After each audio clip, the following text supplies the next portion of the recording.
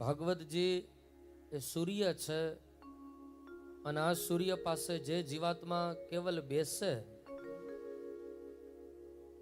તો ગાયત્રી મંત્રમાં આપણે બોલતા હોઈએ છીએ ધિયો યો નઃ પ્રચોદયાત. મનુષ્યની બુદ્ધિને પ્રકાશિત કરનારું છે શ્રીમદ ભાગવત.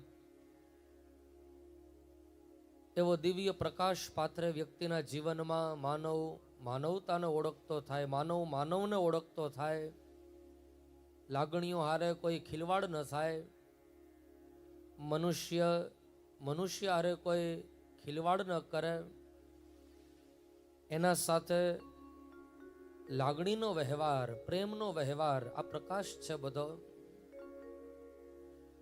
મારા જીવનમાં એવી કોઈ ક્રિયા ન હોય કે જે ક્રિયાથી સામેવાળાનું દિલ દુભાય. મારા જીવનની પ્રત્યેક ક્રિયા એટલી દિવ્ય હોય, એટલી મધુર હોય, મારી ક્રિયાથી સામેવાળો વ્યક્તિ રાજી થાય.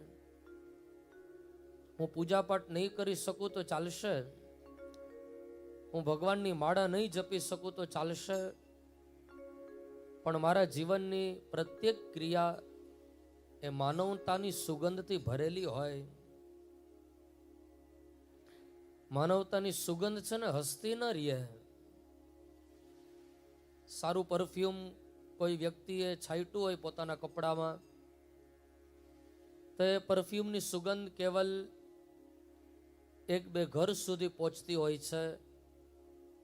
બહુ સારામાં સારું પરફ્યુમ હોય તો આજુબાજુના ઘણા વિસ્તારોને સુગંધિત કરતી હોય છે. પણ માનવતાના જીવનમાં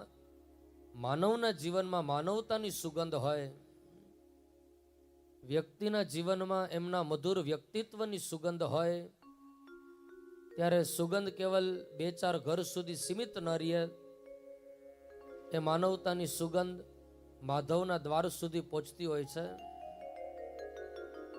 અને ભગવાન સુધી જ્યારે સુગંધ પહોંચે ને ત્યારે ભગવાન કહે, આ જીવ ભલે એની પરિસ્થિતિ નબળી છે, ભલે એમના જીવનમાં કોઈ સુખ સુવિધાઓ નથી, लेकिन उनके जीवन में उन्होंने मानवता का रंग कभी बदला नहीं है.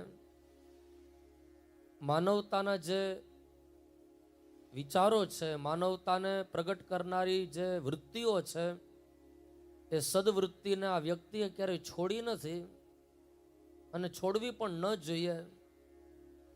मारा जीवનમાં ગમે એટલું વિપત્તિ કે સંકટ આવે, સંકટને હું હસતા મુખે પી જાઉં અને સામેવાળી વ્યક્તિને હું સુખ આપું, સામેવાળી વ્યક્તિને હું મારા પ્રત્યેક વ્યવહાર દ્વારા આનંદ આપું, ये भागवत जी का सार है.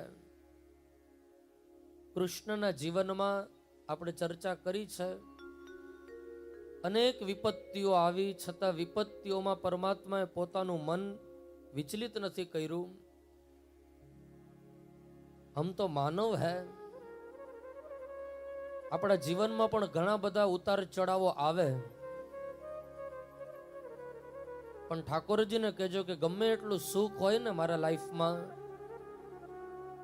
તો સુખમાં ક્યારેય મને અભિમાન ન આવે. મારી નજર નીચે રહે.